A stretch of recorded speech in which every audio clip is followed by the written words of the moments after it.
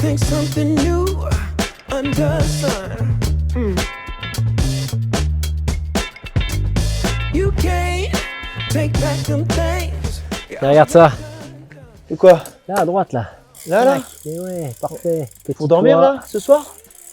fermé sur un côté, ouvert sur les trois autres, ça, on va avec un avoir petit un toit. toit. Et oui, Ah, moi C'est qui ça. m'avais peur de dormir à comme la elle l'a toile. dit. Donc c'est là, on dort ici alors. Écoute, on va être protégé au moins de l'humidité avec le toit là. Ouais. C'est plat. Donc c'est ça, Parfait. c'est ça les critères, protéger l'humidité, plat.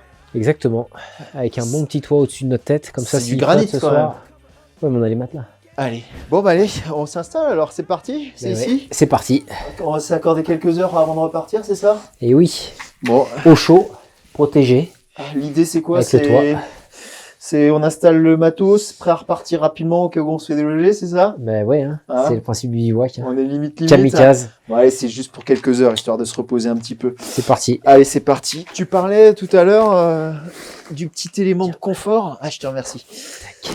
Tu parlais d'un petit élément de confort tout à l'heure qui faisait du bien sur les pauses. Ouais. Moi, je t'avais dit, j'avais pris mon bonnet parce que ça me permet de me sentir comme sous ma couette.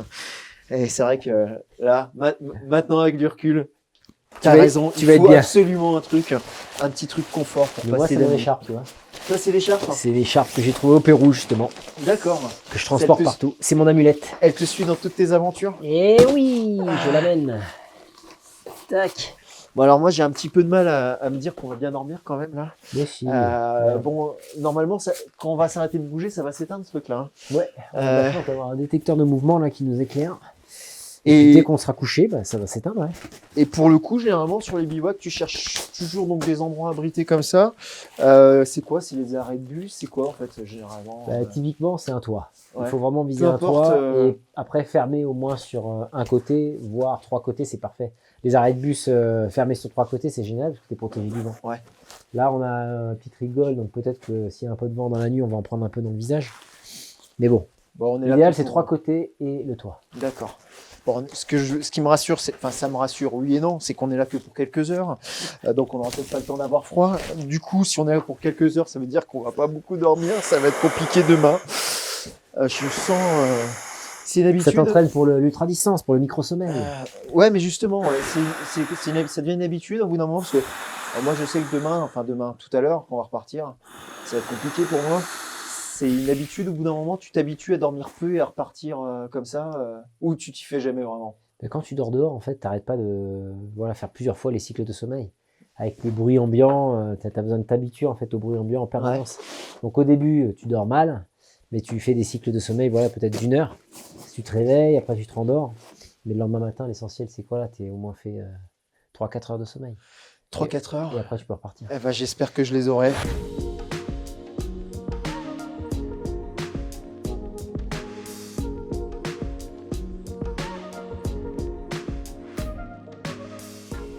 Du coup, putain, mais il est super fin, toi, ton sac de couchage. Alors, C'est double chaud, ça technique, double technique, quoi, ça belle astuce. Parce que moi, j'ai Sac un à gros viande. sac, moi.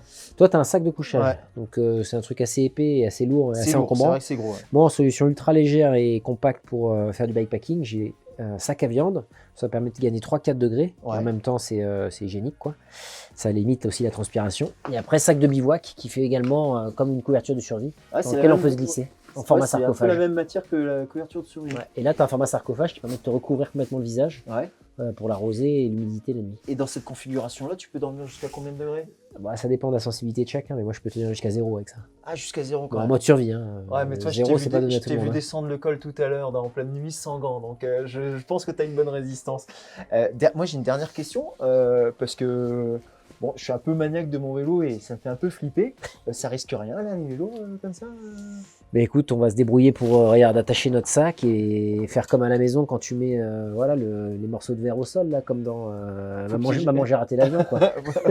On va Tu mets piéger. des petits morceaux au sol qui font du bruit, comme ça, s'il y a quelqu'un qui arrive, qui t'embarque le vélo, bah, tu l'attaches avec le sac à dos. Et le sac à dos, tac, on va le mettre à côté. de L'idée, la- ouais, c'est de la tête. d'accrocher une sangle du casque à la roue, Ouais, exactement, ouais. de rendre le truc un petit peu de compliqué, quoi. penser à un élément qui peut faire du bruit quand on te fait bouger le vélo, Eh ben, voilà, allez, tiens, typiquement le regarde. sac. Et s'il y a quelqu'un mal intentionné, un voleur là qui va essayer de le prendre, bah, ça va se prendre dans les roues et puis tu vas Là l'entendre déjà tout il de va suite. être embêté pour partir. Il va avoir Exactement. mon casque dans les roues. Bon bah adieu ma roue avant. Tant que le vélo reste, ça me va. Après, tu as des solutions aussi d'antivol ultra légères que tu peux transporter. Hein. Tu le prends quand tu pars en bivouac de temps en temps comme ça pendant pas mal de jours, un petit antivol ou non? Non, seulement quand j'ai la tente. Et t'as Si j'ai jamais ma eu de tente, soucis? je l'accroche directement aux sardines, mais D'accord. sinon, non, j'ai jamais eu de soucis. Ok. Mais vraiment, généralement, le vélo, voilà, je le mets juste à côté, ou même carrément allongé sur le sol quand je dors dans l'herbe. Bon bah T'es prêt? non. Je vois que déjà, Je tu crois t'es pas. inversé, hein. On fait les têtes bêches, t'as remarqué? Ah Toi, t'as ouais. la tête là-bas, moi je suis la tête là. va être J'ai sympa. une dernière question pour le coup. Moi, je Ouais. vais dormir comme ça hein, parce que moi, je suis un peu frileux pour le coup. Et puis, j'ai entendu dire que quand les affaires étaient un peu humides, il valait mieux dormir avec parce que au moins, elles seront pas humides le lendemain. Les chaussures, tu dors avec ou pas, toi? Alors non, t'enlèves les chaussures. Ouais. La deuxième astuce, c'est potentiellement d'enlever tes fringues là, de les mettre au fond de ton sac de couchage. Comme ça, tu les fais sécher avec la chaleur de tes pieds. Yes. Donc tu bourres ton sac de couchage au bout, comme ça tu les fais sécher. Et après tu mets un t-shirt sec. Moi j'en ai un là dans la petite sacoche de bikepacking. Yes. Un bon t-shirt en coton qui est bien sec. Comme ça tu peux dormir tranquille. Ah bah allez, on va faire ça. Allez, c'est parti.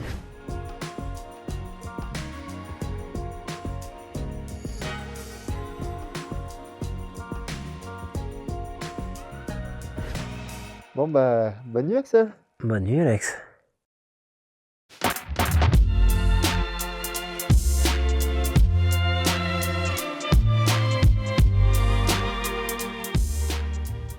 Bonjour Axel.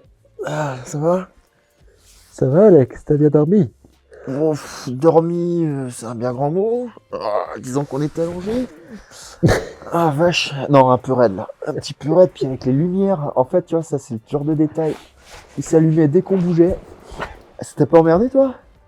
Ah bah j'ai été dans le sarcophage là avec Ouais. le sac de bivouac qui me recouvrait le visage, donc ça allait.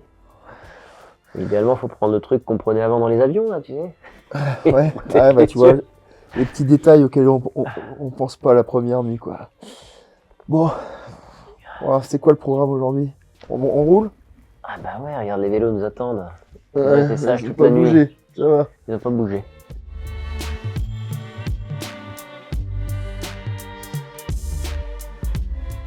Allez, le premier effort de la journée, la première galère de la journée, replier le duvet.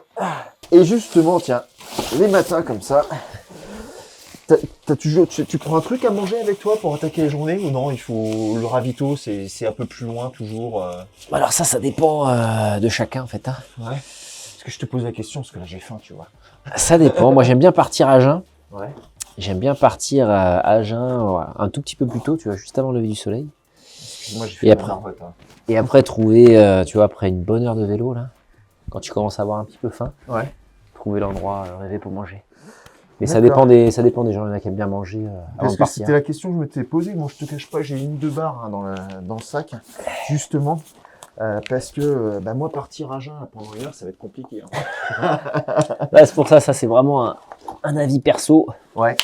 Mais Donc, la recette secrète, il faut se tester. bien se tester, bien Ouais. se connaître. Ouais. Et du coup, Axel, tiens, je me posais la question est-ce qu'il vaut mieux partir là, comme maintenant, c'est-à-dire au lever du soleil, ou un petit peu avant, justement? C'est quoi le mieux? Alors idéalement, vraiment, juste avant le lever du soleil, ouais. Ouais. Pourquoi Pour profiter de l'ambiance que tu as juste avant le lever. Ouais. Tu t'es couché avec et tu te lèves avec et tu pédales idéalement une bonne heure. Yes.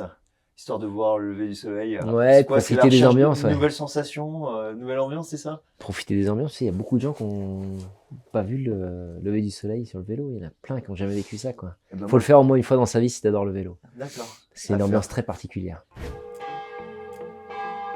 Bon je crois que ça sonne, hein. C'est l'heure d'aller partir. Café? C'est parti. Allez, direction le café.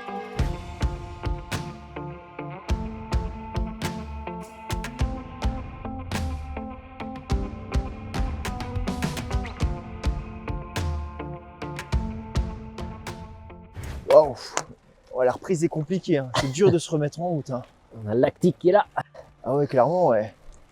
C'est quand tu repars comme ça quand on va repartir là sur une journée complète là, t'as des astuces là, justement pour la remise en route, des trucs que tu fais, des choses habituelles? Eh ben, la patience déjà. Ouais.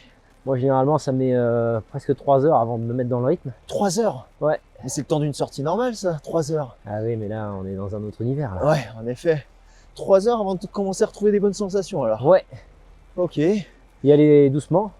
Ouais, c'est ce qu'on est Vraiment en train de chauffer, faire, là. là. Parce que tu vois, on commence en plus par une petite ascension, là. Ouais. Donc, se mettre dans un rythme tranquille pour pas trop transpirer. Ok. Et puis, bien s'alimenter au bon moment, hein. Ouais. Pour pas se retrouver avec une fringale dès le départ dans la matinée. Ok, bien manger, commencer tranquillement. Bon, pour le moment, nous, on commence tranquillement, mais manger, on l'a pas fait, alors on va se le prendre, ce café, là. Punaise, Ah oui. j'attends que ça. Un Ah bon oui. petit latte. Le meilleur moment de la journée.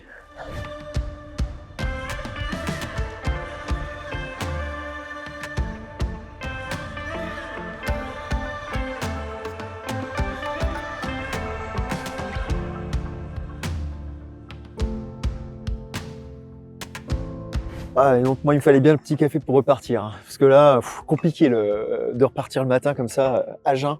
Petit café obligatoire, c'est le rituel obligatoire pour le voyageur. C'est l'histoire d'amour avec le vélo. Café, vélo, ça va tout le temps ensemble. Et puis franchement, c'est ce petit moment de plaisir là pour relancer la journée. On a roulé quoi, 1h30 avant de... Ouais. Une petite heure et demie avant le café. Vraiment, moi, j'aurais pas fait une demi-heure de plus, hein, pour être très honnête, sans ça.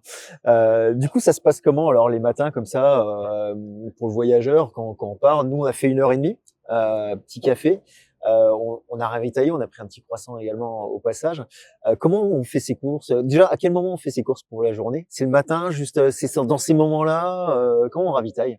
Alors en bikepacking, donc en format ultra léger, on n'a pas beaucoup d'espace pour ranger. Moi, ce que je recommande, c'est de se ravitailler tout au long de la journée. Ouais, Après, tout dépend du degré d'engagement du parcours, hein. S'il n'y a pas grand-chose devant, il vaut mieux se ravitailler tôt le matin et avoir tout pour la journée. Par contre, si tu es sur route ouverte et qu'il y a des boulangeries sur le parcours, bah, tu te ravitailles au fur et à mesure, comme ça tu restes léger, parce ouais. que le poids reste l'ennemi quand même du voyageur et du bikepacker, hein. Et du coup, bah, ça oblige à, mine de rien, au préalable, à vachement étudier le parcours. Parce que, bah, si tu pars pour des ascensions de 2 heures, 3 heures, 4 heures avant le prochain village, tu peux te retrouver franchement en difficulté, non? C'est l'étude du parcours, c'est obligatoire ou on peut envisager objectivement un peu de bikepacking comme ça à l'aventure pure, allez, je prends ma sacoche, et je suis parti? Je pense que l'étude du parcours, elle est essentielle si tu as besoin d'avoir des chiffres du challenge, Ouais, c'est-à-dire quelle est la distance que tu veux parcourir, le dénivelé et la recherche, par exemple, de cols ou de lieux emblématiques. Après, pour la partie préparation logistique, non, de toute manière, des surprises, tu vas en avoir. Il vaut mieux se préparer pour l'imprévisible que d'accord. d'essayer de planifier et au final se retrouver à avoir sa planification complètement par terre à cause d'un détail. Se préparer pour l'imprévisible, Ouais. c'est quoi? C'est psychologique? C'est au niveau du matos? C'est C'est au quoi? niveau de tout. C'est quand tu pars en voyage à vélo, en bikepacking, après c'est un mantra, quoi. Plus tu te prépares à gérer l'imprévisible, plus quand tu as une fringale, quand tu es en manque d'eau, quand tu as besoin de réparer ton vélo, bref, tous les imprévus que tu peux avoir, plus tu arriveras à les gérer avec sérénité. Donc il faut pas trop surplanifier. Moi, c'est le conseil que je donne, pas trop surplanifier parce qu'il va se passer plein de choses en permanence et le ravitaillement en fait partie, c'est partie du Ouais. jeu, hein. Et pour le coup, alors l'étude des traces, donc ça oblige et ça implique le GPS obligatoire alors? Non, Non? c'est une mode, C'était hein, juste une question que je vais te c'est poser, c'est le GPS obligatoire ou pas pour le voyage à vélo? Parce que je pense qu'il y a pas mal de gens qui se la posent cette question. Alors moi j'ai commencé il y a 10 ans, j'avais pas de GPS, j'avais un petit compteur Sigma qui fonctionne avec l'aimant sur la roue et qui comptait le nombre de kilomètres qu'on faisait, quoi, hein, Mmh. avec un altimètre barométrique. Donc pas de possibilité d'avoir de cartographie, sinon la cartographie papier. D'accord, Donc moi je recommande au contraire de travailler d'abord sur les cartes papier, oui. parce que ça te permet d'avoir voilà, une base de connaissances, de savoir lire une carte, Mmh. qui va t'aider après à utiliser un outil qui est le GPS, qui est une assistance. D'accord. Et Et pour pas le l'inverse en fait, parce que et si tu utilises le GPS, c'est la facilité avant la solution de difficulté qui est la lecture des cartes. donc si tu utilises GPS, par contre, pour le coup, c'est GPS avec carte obligatoire? Oui, ouais. Là, par contre, ça te permet du coup de pouvoir aller suivre un itinéraire que tu as planifié, Ouais, par exemple sur une carte papier, d'assurer que tu suis bien la trace, selon le degré d'engagement de ta trace, si tu fais de la route, du gravel ou du VTT, toi qui est un passionné de ça, aussi, ouais. c'est bien quand même d'avoir un GPS pour suivre ta trace à la lettre, parce que des fois, c'est compliqué d'arriver même visuellement à suivre l'endroit où tu vas aller. Et puis sur les cartes en GPS, il y a les points d'eau, parfois. Ouais. On peut deviner peut-être la grosseur aussi du village qui est derrière et se dire peut-être qu'il y a un commerce. Bah, ça peut sortir de pas mal de soucis. Et d'ailleurs, hier soir, quand on a descendu le col, Ouais, à un moment, je trouvais que tu engageais beaucoup quand même par rapport au peu d'éclairage qu'on avait. Et tu m'as dit quoi? Parce que je me sers de mon GPS, c'est ça? c'est vrai. Alors ça, moi, c'est un outil du coup que je travestis un peu l'outil pour pouvoir gagner en vitesse Ouais. et en précision dans les trajectoires. C'est-à-dire que ça permet dans Et en un territoire que je sécurité, connais pour ceux pas. qui sont pas à la recherche de la Ouais. vitesse, pour ceux qui sont en voyage pur, c'est de la sécurité pure. Alors, t'en sers comment? Ben, en fait, je zoome sur la carte Ouais. et ça me permet de pouvoir anticiper le degré de la courbe, hein, Yes. comme dans un rallye, droite léger, gauche moyen, tu vois. Ça Donc- permet de savoir exactement quel type de courbe je vais avoir devant moi sans connaître le terrain et du coup de pouvoir prendre des engagements. Mais là, c'est un jeu, hein, je suis pas de Toi, le faire. t'es Moi, joueur, mais, j'adore ça dans les descentes, mais prendre ça des peut déjà engagements. sécuriser pour pas qu'un virage se referme, pour être Ouais. pris au dépourvu, par exemple, ce genre de choses. Non, c'est intéressant. Bah, tiens, on va rester sur l'aspect matos, parce que voilà, on parle GPS, on parle de tout ça.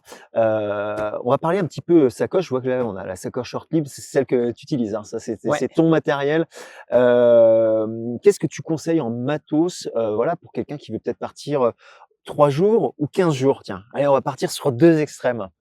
Alors pour 3 jours, je mettrais ce voyage sur le format de la micro-aventure. Ouais. Donc, faut jouer la carte de l'ultra-minimalisme, à mon sens. Donc, tu peux, par exemple, partir juste avec une sacoche de ce type-là qui fait 16 litres 5. Juste ça, c'est tout? Ouais, ça permet de transporter à la fois des fringues, des réparations, un petit peu de nourriture, hein, tu vois, avec les lacets ici. Ouais. Et puis, c'est étanche. Donc, Hier, j'avais le au moins, sandwich qui était posé dessus, Ouais. moi, d'ailleurs. Donc ça, pour la micro-aventure, ça peut suffire. Une seule D'accord. sacoche, c'est la plus grosse, en fait, hein. La sacoche de sel sur la C'est sacoche combien de de litres? bikepacking, Un truc comme ça? ça fait 16 litres et demi. Ouais, donc déjà, c'est vrai qu'on peut transporter pas mal de choses. Ouais. C'est Et ça nécessite pas d'adaptation particulière sur le vélo. Tu peux vraiment le mettre sur n'importe quelle tige de selle, contrairement aux sacoches de cadre, donc qui se mettent à l'intérieur d'un cadre en fonction des tailles, ça peut varier. Et sur l'avant, les sacoches de cintre, Ouais. où selon les gaines, les câbles et ainsi de suite, ça peut nécessiter des adaptations. Ça, tu peux le mettre n'importe quand, c'est du plug and play, quoi. Tu le mets, tac, et après t'es parti pour l'aventure. Et puis pour 3 jours, ça suffit. tu veux faire une petite visite ou quoi que ce soit, tchac tchac, tu Tu peux l'enlever en 3 secondes, tu peux descratches la et- transporter comme ça Ouais. facilement, et puis c'est étanche. 100%. Donc pour 3 jours, pour toi, c'est suffisant. Ouais. Ouais, Carrément. ouais. D'accord. Tu vois, j'aurais dit ça plus un petit complément, mais Mais en fait, en règle générale, quand tu pars sur de la micro-aventure pour la première fois, tu as tendance souvent à trop te charger. Oui. C'est toujours un peu le travers du bikepacking et du voyage en général. Tu pars toujours trop lourd. Et au fur et à mesure, avec l'expérience, tu t'allèges alors c'est marrant ce que de tes briques que tu transportes dans tes sacoches. C'est marrant ce que tu dis parce que ça fait écho. On avait fait un live avec une société qui s'organisait d'organiser des voyages, hein, des voyages vélo. Ouais. Et elle disait, voilà, celle qui intervenait donc pour cette société disait que en fait on a tendance à voyager avec ses peurs en fait. Hein. Ouais. Et c'est ça qu'on avait en charge Ouais. sur le vélo, mais en charge physique, hein, en charge émotionnelle bien entendu, Ouais. mais également en charge physique. Donc en fait plus on avait des peurs et puis plus on avait tendance à en prendre en fait pour se sécuriser. Donc ça rejoint complètement ce que tu disais. Et pour le coup, ça 3 jours, ok. Ouais. 2 semaines, Alors 2 semaines, ça va impliquer du coup forcément des distances plus grandes. ouais. Tu vas avoir des notions d'hygiène qui vont être différentes. Tu vas avoir des notions de repos qui vont être également essentielles et qui vont être Peut-être différentes. plus de changements météo possible sur 2 semaines. Donc plus d'habits, Ouais. tu vas vouloir peut-être un petit peu plus de confort aussi. Sur 3 jours, tu vas être prêt à vraiment pousser fort et peut-être te mettre dans une situation d'inconfort importante. En revanche, sur du long, tu vas vouloir quand même des petits conforts. Et à ce moment-là, je pense qu'il faut jouer la carte du kit complet de bikepacking, c'est-à-dire cintre, Ouais. cadre et sacoche de selle, voire potentiellement avec certains types de cadres, sacoche sur les œillets, donc sur D'accord. les têtes de fourche. Oui, tout à fait devant. Ok. Ou voire même à l'arrière avec du porte-bagages Ouais. pour pouvoir par exemple transporter de la tente, donc du confort pour la tente, Ouais. plus de fringues, plus d'eau, Alors- plus de capacité de transport d'eau également, Bah oui, puisque oui, plus de distance. plus de distance, ça veut dire peut-être que tu vas partir dans des endroits un peu plus engagés où Mhm. tu auras besoin de stocker et auquel cas il faut jouer la carte du kit complet bikepacking. Et tout ça, pour rester dans la limite du raisonnable, sur un voyage de 15 jours, combien de kilos on prend? Alors toi, je te demande ça, toi qui as voyagé avec un vélo à 45 kilos, j'ose même pas imaginer. Même 60. Mais 60, 60, ouais, non, Ouais. mais là, c'est de la folie. Allez, pour le faire bien avec du confort, avoir tout ce qu'il faut en confort avec soi, mais pas être non plus trop chargé, tu conseilles combien de kilos à peu près sur un parcours varié, montagneux, voilà. Bah, je vais te donner l'exemple de la belle évasion là, que j'ai fait en février dernier où j'ai traversé les 12 régions françaises Ouais. métropolitaines. Et on avait un vélo avec Cédric, là, le journaliste qui est venu avec moi, qui faisait moins de 20 kilos. Moins de 20 Et kilos. on avait du coup le kit complet, c'est-à-dire toutes les sacoches, et on était en autonomie complète. Avec le vélo, moins de 20 kilos. Ouais, tout compris. C'est un bon repère. Écoute, Ça, pour, c'est un bon objectif. ok. Au-delà de 20 kilos, selon le rapport poids-puissance de la personne, le poids intrinsèque de la personne, les braquets également du Et oui. vélo, tu peux potentiellement après t'exposer à voilà, de la fatigue importante. Le braquet, on n'en parle pas assez, mais ça Ouais. compte et on s'en est rendu compte hier. Moi, j'ai pas le bon braquet Ouais. pour être chargé. Et encore, ton vélo, c'est une plume. Hein. Et mon vélo est léger, heureusement, Ouais. heureusement, et heureusement que j'étais pas non plus trop chargé. Mais c'est vrai que on n'y pense pas assez. Un bon braquet qu'il faut peut-être essayer en amont. Aller s'enchaîner quelques cols, charger, non? Mais en fait, tu as deux stratégies. Soit tu prends ton vélo initial et tu fais pas trop d'adaptation pour voilà, viser le budget, tu vois, et pas trop dépenser. Ouais. Auquel cas, tu vas pouvoir utiliser ces sacoches-là, mais il faut vraiment viser le poids minimum pour éviter de toucher à ta transmission, toucher à tes roues et toucher à tous les composants. Après, si tu veux vraiment optimiser au maximum et que à ce moment-là, tu peux investir sur le vélo, bien sûr, il faut regarder le braquet parce que souvent, il faut l'adapter. Il faut travailler sur les roues, les pneumatiques, pour pouvoir justement adapter tout ça et avoir encore plus de plaisir. Donc tu as ces deux écoles. Par contre, la première, celle du budget, faire attention parce que la notion de poids, elle est méga importante. Et si tu travailles avec un vélo qui normalement fait 6-7 kg comme le tien, quand tu viens l'ajouter, tu viens lui poser 10 kg de plus, il faut le traîner. Donc en fonction des braquets, des pneus et ainsi de suite, tu as des adaptations à faire. En parlant de traîner, ou plutôt de se traîner, je te propose de reprendre la route, parce qu'on a pas mal de kilomètres aujourd'hui. On reprendra cette conversation tout à l'heure. Ça marche. Allez, en route. On y va.